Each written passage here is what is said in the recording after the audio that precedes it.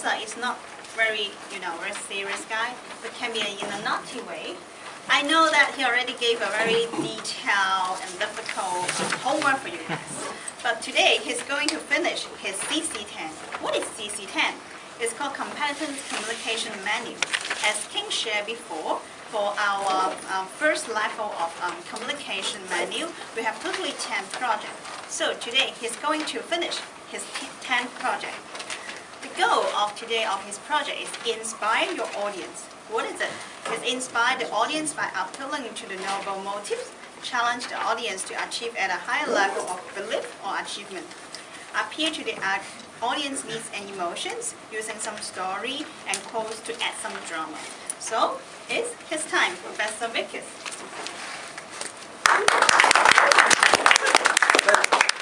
Congratulations to all of you.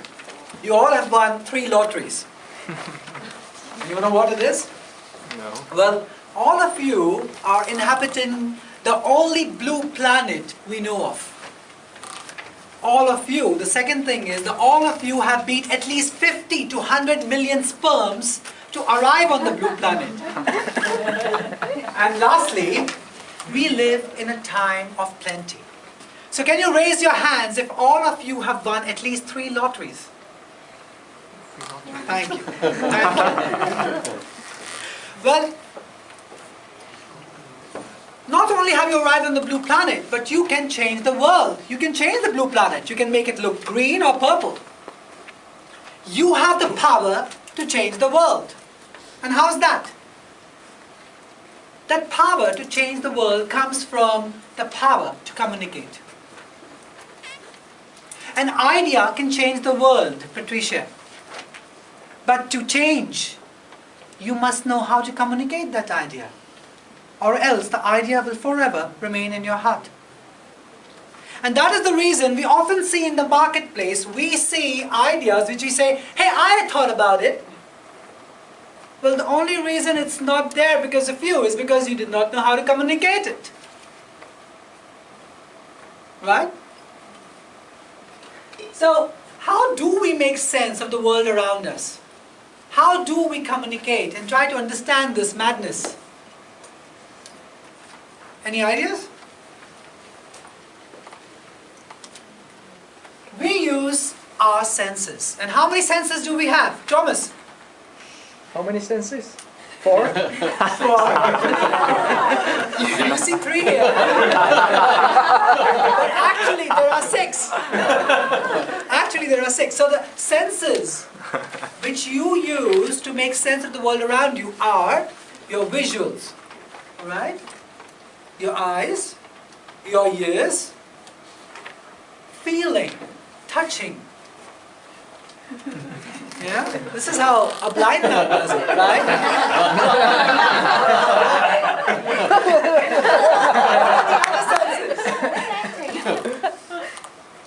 Gustatory, that is your taste. And olfactory, which is your smell. There is the 6th sense as well. And that is auditory digital. That is the voice you hear inside your head. The tapes that you run in your mind when you're thinking, that is called auditory digital by psychologists. And that is a sense as well. That's what your internal voice is, what you use to sense and make sense of the world around you. So why am I telling you this? Why is it important?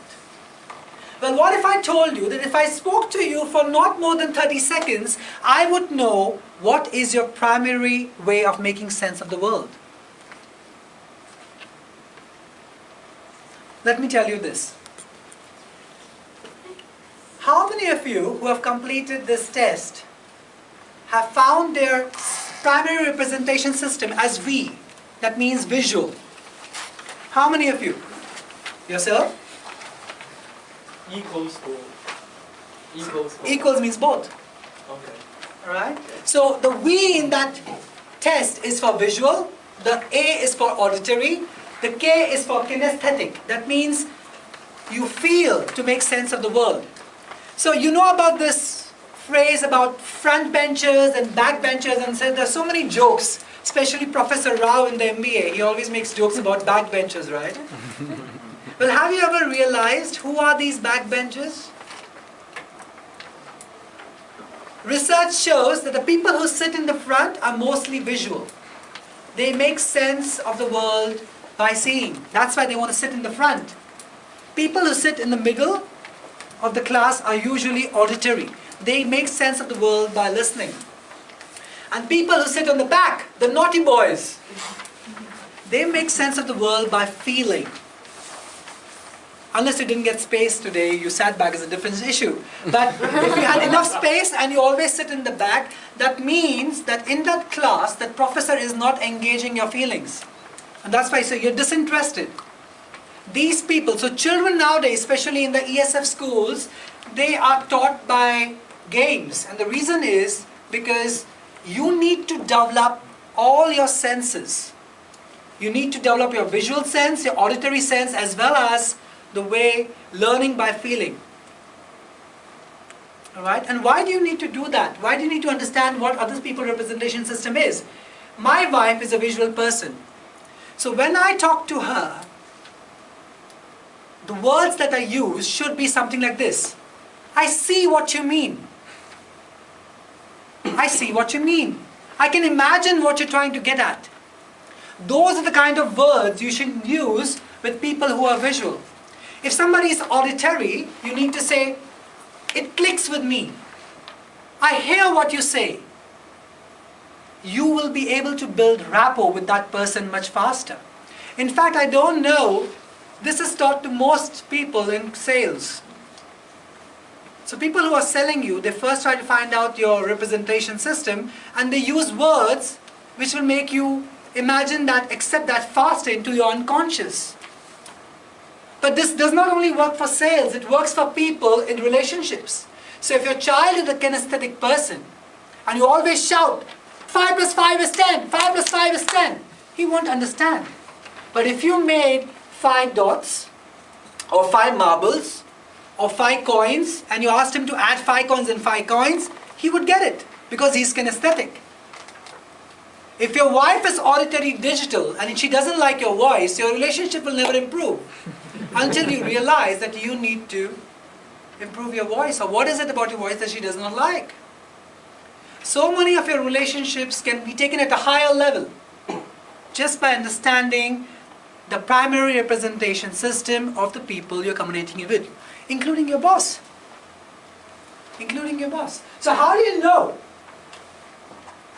How do you know what representation system somebody is? Well, all you need to do is, that person, when he's thinking, if his eyes are going on the left side, up, that means he is constructing. He's remembering something. He's recalling something visually. If somebody is looking on the left side, in the middle, that means he's listening to a voice in his mind. If somebody is looking down on the left side, that means he's running an internal tape. He's thinking about something. Some tapes are running his mind. I don't like him, I don't like him, I don't like him. He's running a tape. If his eyeballs are going on the right side, that means he's constructing an image. He's trying to imagine something. If her eyes are going on the right side like this, that means he's trying to think about the sound. He's trying to formulate a voice which he should then reproduce to you. And if he's going down on that side and thinking like that, that means he's feeling something. He's on the emotional level.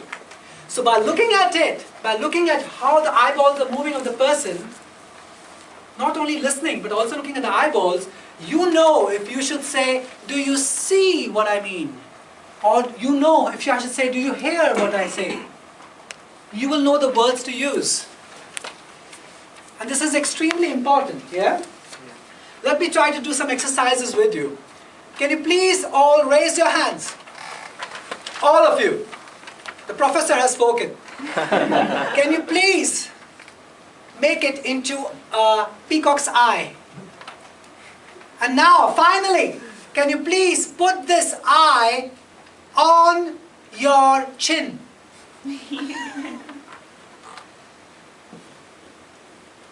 Is this my chin? Except Yuki and one person over here. Everybody did it on a cheek. You're all visual people. Most of you. and somebody is auditory. That means they listen as well. You see? Now there's something interesting as well. One more interesting thing. Try to tell me, let me do this exercise and tell me what do you hear, okay? Ba, ba, ba, ba, ba, ba, ba. What did you hear? Fa. Fa? Fa. What did you hear? Ba. Ba? What did you hear? Fa. Ba? What did you hear? Ba. Ba? What did you hear? Ba. Ba? Anybody heard anything other than fa and ba? What did you hear? Anybody else? Ba, ba, ba. Ba. All right. I was saying. Now what do you hear? Now who heard fa? You heard fa? I heard ba. Ba. You heard wa, right? Okay. Now she was visual. She was looking at the way my lips were moving. But actually I was saying ba.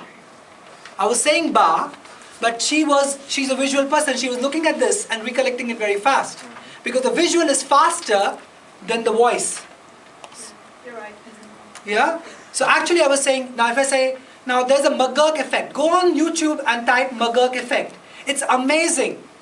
Just by the lip movements, he's saying ga, but you think he's saying ba. Alright, so you should know these things, these subtle communication techniques. It will help you improve your life. Alright, so I second what our professor, number 1, King, says, that communication is all that is to learn. You learn nothing from MBA school. You learn only the structures and how to, make some efficiencies, but if you can't communicate those structures, can't communicate those efficiencies, you have nothing. So all the best. Thanks a lot.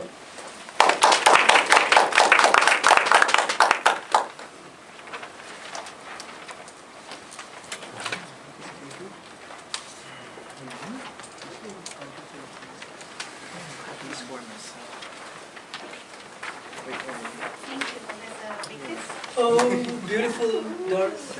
Just like we are having a cognitive psychology lesson. So I know that you already finished your CC10. Congratulations. Thank you so much. And this is a little gift from all of our members. Writing some words to you and hope that So you sweet. enjoy This it. is what I'm saying.